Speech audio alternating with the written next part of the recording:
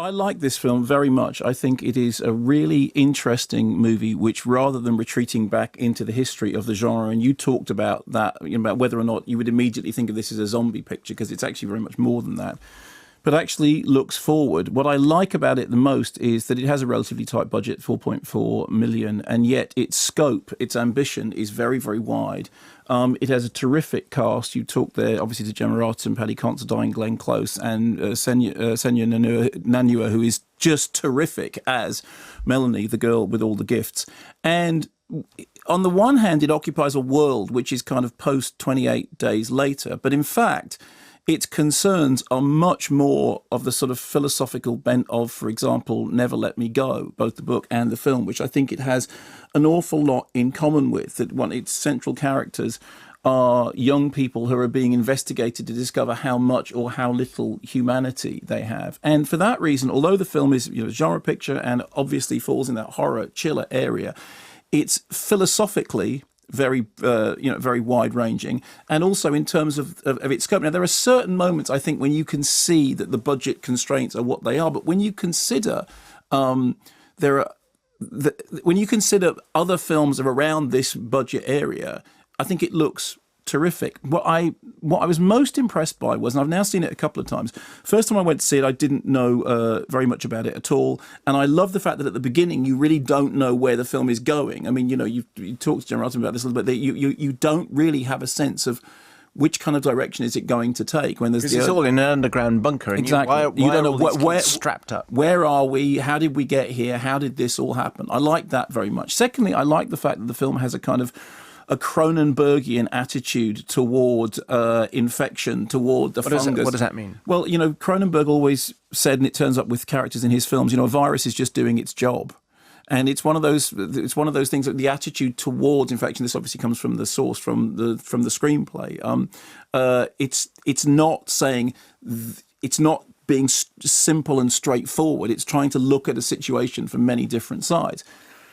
It's production designed absolutely beautifully. So there are some very, very arresting scenes in it, which are to do with the visuals, the sense of an industrial or, a developed landscape returning to nature as this kind of mycelium grows over it. And you start to watch something. As what grows over it? Fungus, right. It starts to encompass and grab monuments that, become recognizable. I also think it has, the thing that I thought of both times I saw it is it has the air of John Wyndham. John Wyndham, who, David Triffid's and Midwich Cuckoos filmed as Village of the Damned. There was this very weird, very British off-kilter thing about John Wyndham's writing. And I think this has something of that. I think it is absolutely rooted. As far as the production is concerned, BFI and Creative England, and then Warner UK becoming involved just before the shoot. But it is absolutely, for me, a British genre picture that plays to the strengths of that. It's not trying to be a different kind of film. It's trying to be its own kind of film.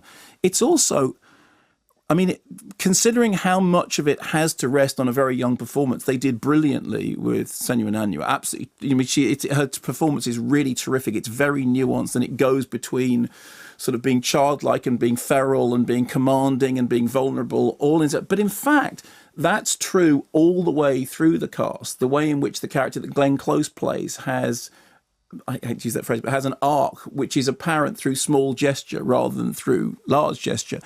And so, whereas on the one hand, the film is not afraid to gesture back towards Romero and Dawn of the Dead and that kind of history, it's also not aping it.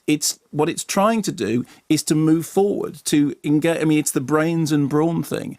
It's a film made by somebody, not their debut feature incidentally, a film made by somebody who has understood the subject matter, who understands that the subject matter is as much about brains as it is about brawn. And incidentally, the soundtrack by Cristobal Tony Javier is absolutely one of the best soundtracks I have heard this year. Is up there with Mika Levy's work on Under the Skin in really fixing that weird, strange, Wyndham-esque atmosphere. I'm a big fan.